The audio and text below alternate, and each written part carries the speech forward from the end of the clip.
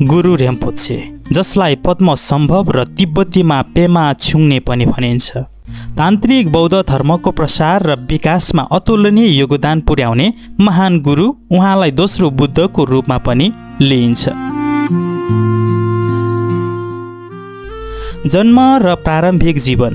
तिब्बती परम्परा अनुसार गुरु रिम्पोछेको जन्म 8औं शताब्दीमा उडियान वर्तमान स्वात उपत्यका पाकिस्तानमा रहेको धनकोष तालमा कमलको फूलमा एक 8 वर्षीय बालकको रूपमा भएको थियो। यो चमत्कारी जन्मले उहाँलाई पद्मसम्भव अर्थात् कमलजातको नामले चिनायो। किम्वदन्ती अनुसार उहाँको जन्म कुनै सामान्य मानव जन्म नभएर बुद्धको निर्माण कायको अवतारको रूपमा भएको थियो, जसलाई गौतम बुद्धले नै भविष्यवाणी गर्नु भएको थियो। उडियान भूमिको दक्षिणा पश्चिममा हाल पाकिस्तान र अफगानिस्तानको सिमानाको वरिपरि त्यहाँ ठुलो ताल दानकोष थियो, दूधको महासागर। बुद्ध अमिताभको आशीर्वादले तालको बीचमा धेरै रङहरूको सुन्दर कमलको फूल फुल्यो, जसमा सुनौलो वज्र पनि देखा पर्यो। वज्रको केन्द्रमा बुद्ध अमिताभको हृदयबाट निस्केको एक अक्षर रि देखा पर्यो। अक्षर र वज्र तुरुन्तै कमलको बीचमा बसेको 8 वर्षको उमेरको सानो केटामा परिणत भए। शारीरिक पूर्णताको सबै प्रमुख र साना चिन्हहरू बोकेर उहाँले ताल वरपरको देवताहरू र डाकिनीहरूलाई शिक्षा दिन थाल्नुभयो। त्यस समयमा उडियान क्षेत्रका उदार राजा इन्द्रबोधीले जनतालाई दान र 3 रत्नहरूलाई भेटी चढाएर आफ्नो खजना समाप्त गरिएका थिए। खजना भण्डारमा खाली थियो र आफ्नो उत्तराधिकारी नभएको कारण राजा इच्छा पूरा गर्ने रत्नको खोजीमा सानो दल लिएर निस्के। उनीहरूको खोजी सफल भयो। तिनीहरू उडियान हुँदै फर्कने यात्रामा थिए जब उनीहरूले दानकोष तालमा कमलमा बसेको चमत्कारी बच्चालाई भेटेपछि यी कुरा सबै राजालाई थाहा भयो र राजा स्वयं दानकोषको तालमा जानुभयो र छक्क पर्दै ती बालकसँग केही सवाल जवाफ गर्नुभयो। त्यसपछि राजाले बालकलाई आफ्नो धर्मपुत्र र युवराजको रूपमा दरबारमा फर्कन निम्तो दिए। स्वीकार गरेपछि बच्चाको नाम पद्माकर वा पद्मसम्भव तिब्बतमा पेमा छुङ्ने राखियो, जसको अर्थ कमलको जन्म हो।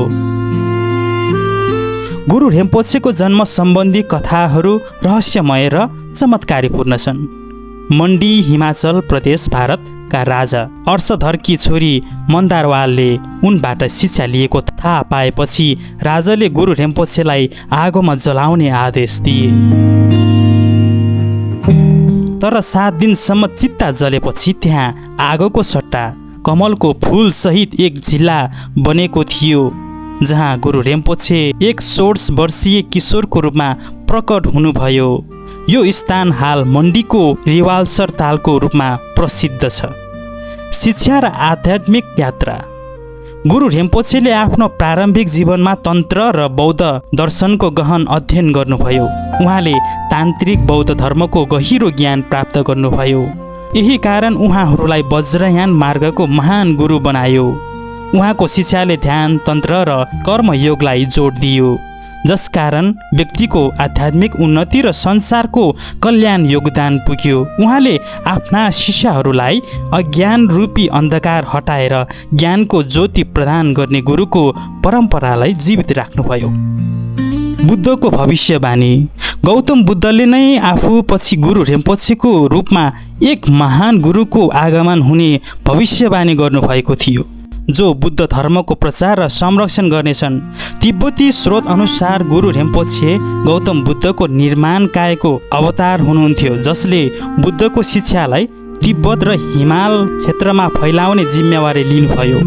बुद्धले उहाँलाई दोस्रो बुद्धको रूपमा समेत उल्लेख गरेको विश्वास गरिन्छ।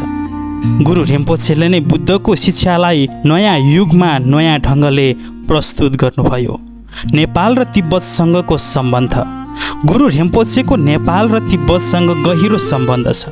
8औं शताब्दीमा तिब्बतका राजा त्रिसोङ देवसेनको निमन्त्रणामा उहाँ तिब्बत पुग्नुभयो। तिब्बतमा बौद्ध धर्मको प्रचार गर्न उनले राजा त्रिसोङ देवसेन र खेन्पो सान्तरछितसँग मिलेर साम्य गोन्पाको स्थापना गर्नुभयो।